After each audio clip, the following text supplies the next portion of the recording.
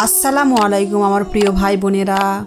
আজ আমি তোমাদের শোনাতে যাচ্ছি এক বোনের অসম্ভব দোয়া কবুলের গল্প।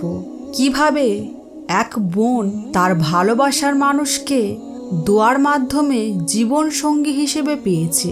তার আগে বলতে চাই, ভালোবাসার মানুষকে চাওয়া জায়েজ আছে, কিন্তু তোমাদের সম্পর্কটা সবসময় নেক ও হালাল হতে হবে। চলুন শুরু করা যাক আজকের এই দোয়া কবুলের গল্প। আজকের গল্প হচ্ছে আনিশা ও রায়হানকে নিয়ে। আনিশা ছিল অনেক বড়লোক বাড়ির মেয়ে ও রায়হান ছিল মধ্যবিত্ত ঘরের ছেলে। তাদের পরিচয় হয় সোশ্যাল মিডিয়ায়।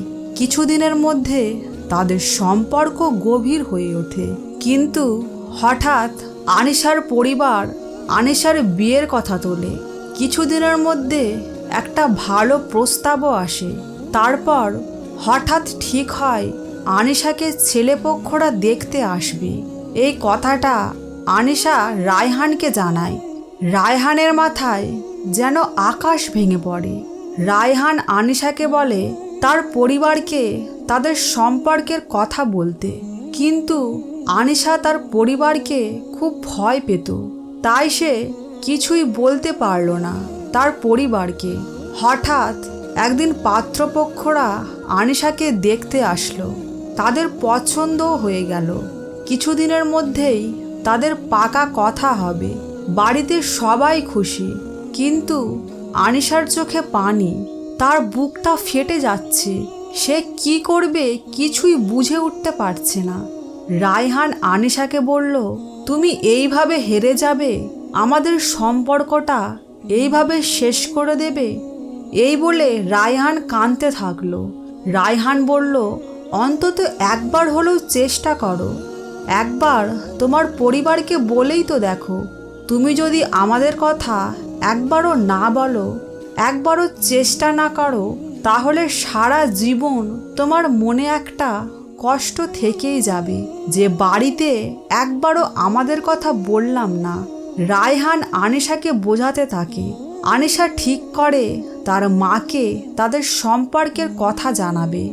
একদিন আনিশা তার মাকে বলে, মা, আমার ওই ছেলে পছন্দ না যার সাথে তোমরা আমার বিয়ে ঠিক করেছো। মা হঠাৎ আনিশাকে বলে, কেন, তোর কি অন্য কাউকে পছন্দ? আনিশা একটু ভয়ে ভয়ে বলে, হ্যাঁ মা।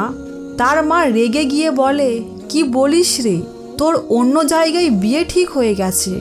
এখন এই সব কথা তোর বাবাকে বললে সে তোকে আস্ত রাখবে না।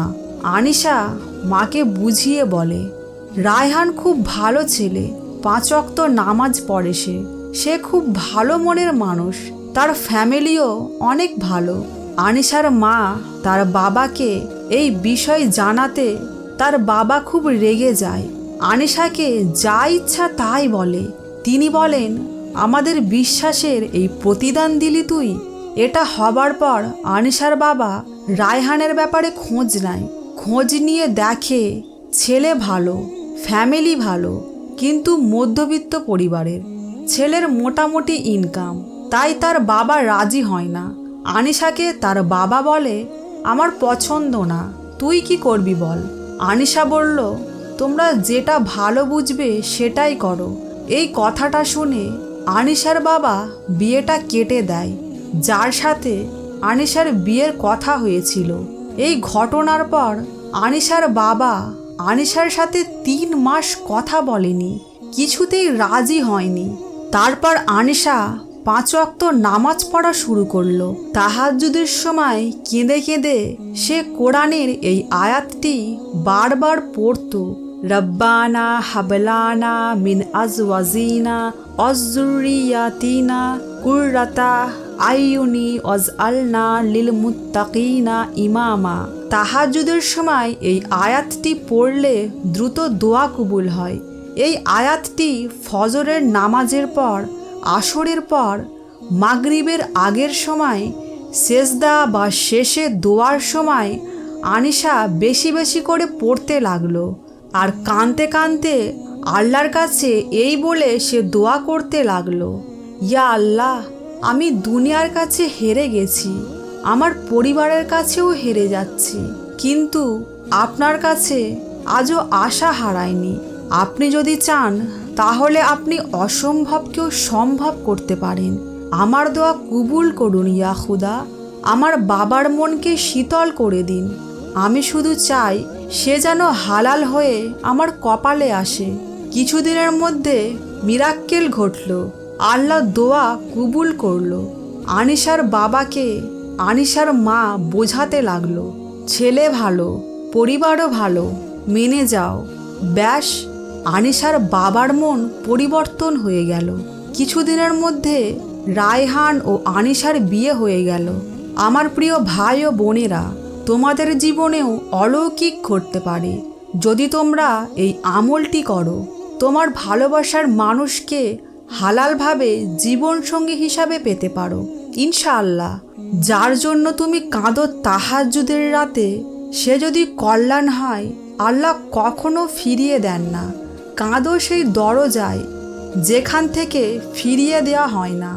আল্লাহর কাছে হারাম ভালোবাসা নয়, হালাল চাও। তুমি খালি হাতে ফিরবে না। পৃথিবী না বলুক, আল্লাহ একবার হ্যাঁ বললেই সব মেনে নেয়। দোয়া বদলে দেয় তাকদীর, হালাল করে দেয় হারাম থেকেও পবিত্র কিছু। যারা চ্যানেলে নতুন এসেছেন তারা চ্যানেলটিকে সাবস্ক্রাইব করে ইসলামের প্রতি আহ্বানের সাথে থাকুন। আসসালামু আলাইকুম।